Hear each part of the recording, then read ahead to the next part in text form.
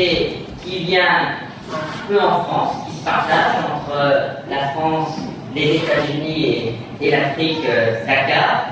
Vous êtes, et je pense qu'on peut utiliser cette expression, un des intellectuels les plus réputés, influents dans le monde. Notre invité ce soir, c'est M.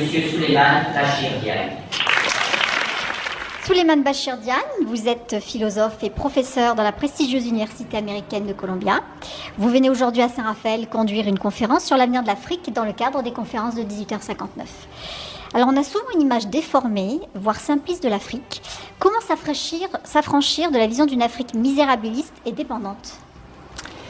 Alors la première chose, évidemment, c'est de comprendre et d'écouter ce que l'Afrique dit d'elle-même.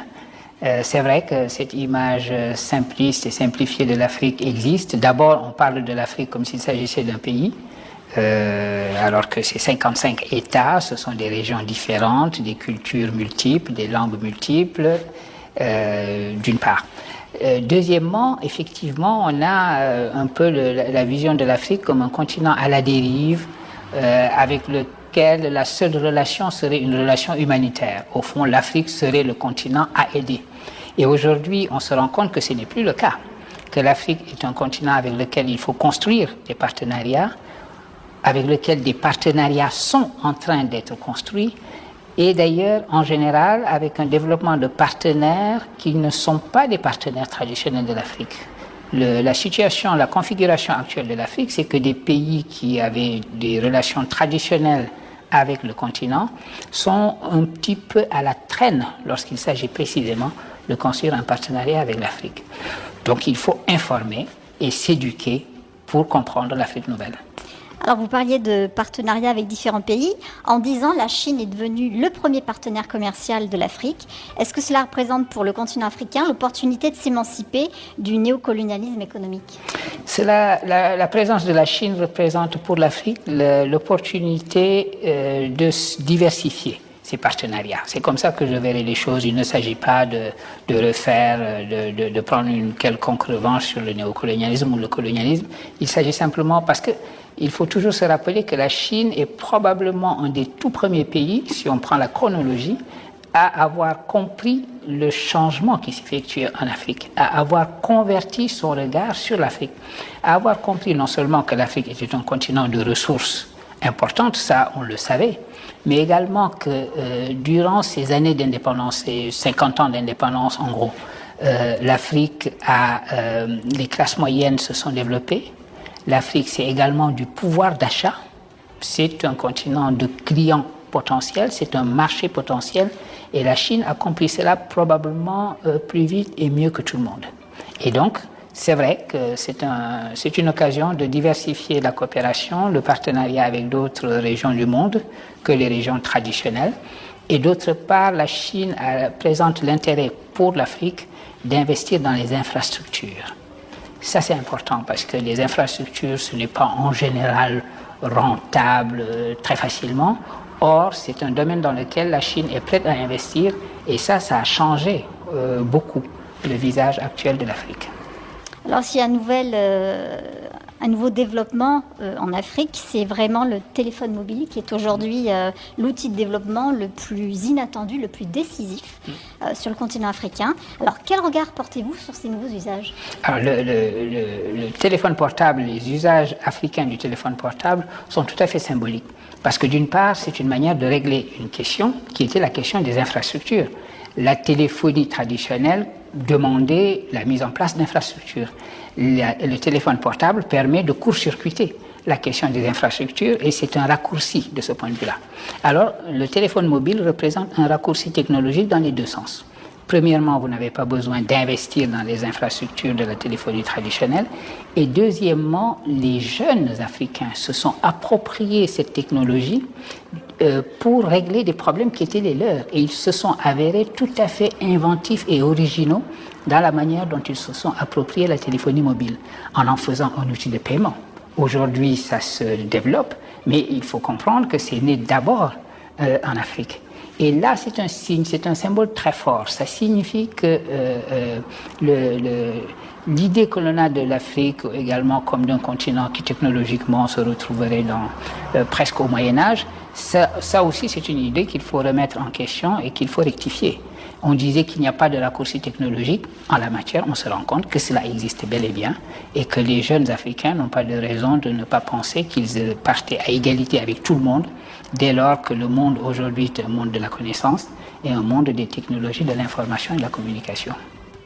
Alors, cette idée selon laquelle l'Afrique souffre du départ de sa population la plus qualifiée, assombrit-il le regard des Africains sur les perspectives d'avenir de leur continent ? C'est vrai qu'on parle beaucoup du brain drain, de l'exode des cerveaux pour parler en bon français.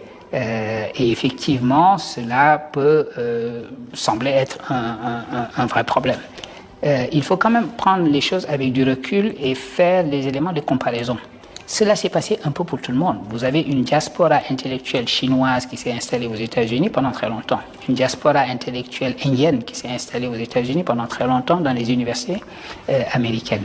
Aujourd'hui, vous avez une importante présence africaine dans les universités américaines, non seulement d'anglophones, mais également de francophones. Ça, c'est le phénomène nouveau. C'est-à-dire que vous n'avez plus des voies préétablies, si vous voulez, qui voulaient que les francophones aillent vers les pays, vers la France ou les pays francophones. Ce n'est plus le cas. La mondialisation, de ce point de vue-là, de la mobilité intellectuelle est réelle. Si on prend ces exemples-là, on se rend compte qu'aujourd'hui, il y a un mouvement inverse de retour.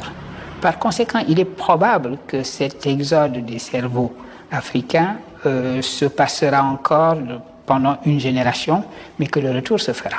En attendant, il est important aussi de noter que cette présence africaine dans les lieux de production du savoir au nord, principalement aux États-Unis aujourd'hui, peut parfaitement profiter à l'Afrique dès lors que l'Afrique aura trouvé les moyens d'utiliser sa diaspora et sa présence dans des centres de production de savoir précisément. Et c'est à cela que beaucoup d'intellectuels africains, dont moi-même, travaillent. Alors, on voit de très belles réussites qui sont en train d'émerger en Afrique, notamment féminines. Alors, les femmes seraient-elles en train de jouer un rôle majeur dans le développement de l'Afrique ? Les femmes ont très souvent et pendant longtemps joué un rôle très très important dans le développement de l'Afrique. Je suis quelqu'un qui j'ai grandi en Casamance, dans le sud du Sénégal, et j'ai pris l'habitude de voir les femmes cabrousses, par exemple, être dans les plantations de riz. C'était elles qui produisaient le riz. Donc les femmes productrices en Afrique, c'est une histoire ancienne. Ce qui est le phénomène nouveau, c'est que malgré toutes les difficultés qu'on a à scolariser les filles, on scolarise plus facilement les garçons. Malgré toutes les difficultés qu'il peut y avoir à maintenir les filles à l'école, parce que souvent il arrive, malheureusement encore aujourd'hui, que les parents les sortent pour les marier ou qu'elles abandonnent pour des raisons diverses et variées. Malgré tout cela, on assiste à ce qui est un phénomène mondial d'ailleurs, une plus grande proportion de filles dans l'enseignement supérieur que de garçons. Et ce phénomène, qui est un phénomène mondial, intéresse également l'Afrique. Aujourd'hui, les femmes sont probablement, proportionnellement, en train d'être mieux formées que les garçons. Donc, l'entrepreneuriat féminin n'est plus seulement l'entrepreneuriat traditionnel dans les champs, etc., mais également dans des secteurs de pointe, dans des entreprises tout à fait modernes. Et on verra de plus en plus de femmes diriger les start-up de demain.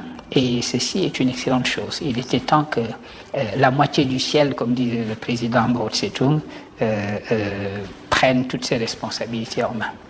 Merci infiniment pour cet entretien. C'est moi qui vous remercie.